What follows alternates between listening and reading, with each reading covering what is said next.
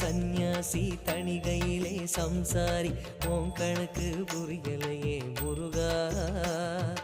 ஆறுபடை மீதிலே 100 முகம் காட்டுற ஆறுதலை தேடுற எந்த முகம் காட்டுவ அறியாம தவிக்கிறேனே முருகா.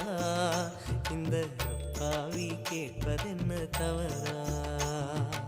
ஆறுபடை முருகனுக்கு அரோகரா, நாங்க ஆறுதல தேடுகிறோம் அரோகரா. கந்தவேலு குமரவேலு அரோகரா, உன கண்டு வந்தா நிம்மதிதான் அரோகரா. பழனியிலே சந்நியாசி தணிகையிலே சம்சாரி உன் கணக்கு புரியலையே முருகா. உன் கணக்கு புரியலையே முருகா.